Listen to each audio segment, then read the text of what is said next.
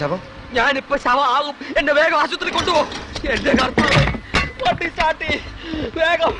എന്റെ ദൈവമേ, ആ നിലവിളി ശബ്ദം വിടോ.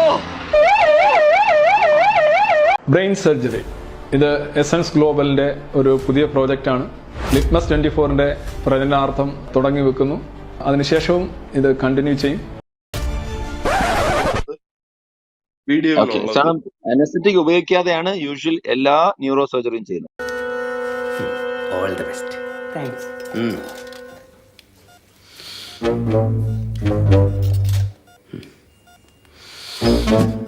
ഔട്ട്.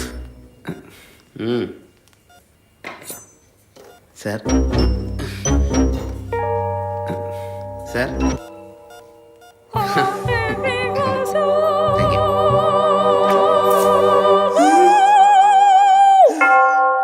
ഇപ്പൊ ഈ അടുത്ത കാലത്ത് മിനിഞ്ഞാന്നും കണ്ടാണ് ഹനുമാൻ ചാലീസ മുതൽ ന്യൂറോ സർജറി ചെയ്യുന്ന ക്രേനിയോട്ടമി എന്ന് പറഞ്ഞ ഒരു പ്രൊസീജിയർ ആണ്. ഏതെങ്കിലും തലയൊക്കെ ഇടിച്ചിട്ട് തലച്ചോറിന്റെ അകത്ത് ബ്ലീഡിങ് ഉള്ളപ്പോൾ ആ പ്രഷർ കുറയ്ക്കാൻ വേണ്ടിയിട്ട് ഈ സ്കള്ള് കുറച്ചൊന്ന് റിമൂവ് ചെയ്യുന്ന അത് ജനറൽ അനസ്തെറ്റിക്സ് ഉപയോഗിക്കാറില്ല. ബ്രെയിൻ സർജറിയിൽ ന്യൂറോ സർജറിയിൽ അനസ്തെറ്റിക്സ് ഇവിടെ നമ്മളൊരു ന്യൂറോ സർജൻ ഉണ്ടായിരുന്നു ഇവിടെ കൂട്ടത്തില്. അപ്പൊ ഈ ക്രേനിയം സർജറി അസിസ്റ്റന്റ് ആയിട്ട് വർക്ക് ചെയ്തിട്ടുള്ളതാണ് കൈപ്പള്ളി. നമ്മൾ ഏറ്റവും കൂടുതൽ ചെയ്യുന്ന സർജറികളെല്ലാം ജനറൽ അനസ്തേഷ്യ കൊടുത്ത് തന്നെയാണ് ചെയ്യാറ്. നിന്നെ സമ്മതിക്കണം, നിന്റെ വായിൽ എങ്ങനെയാടാ ഇത്രയും പെട്ടെന്ന് ഇത്രയും വലിയ നുണകൾ വരുന്നേ? അതെന്തോ മനസ്സിലാക്കി.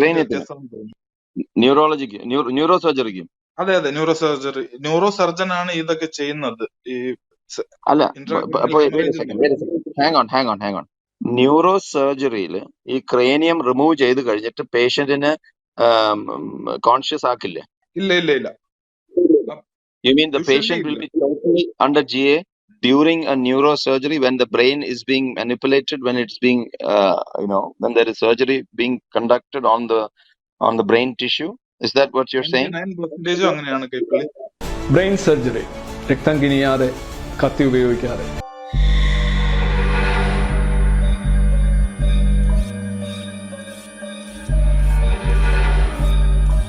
ശരിയായ കരിയർ തിരഞ്ഞെടുത്തില്ലെങ്കിൽ ശരിക്കും പണി കിട്ടും.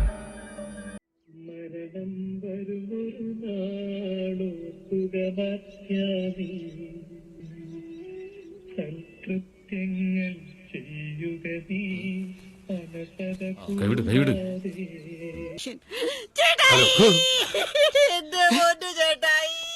നിങ്ങൾ അവരെന്നെ ഇത് ഞാൻ ചെയ്തില്ല. Ramba ho!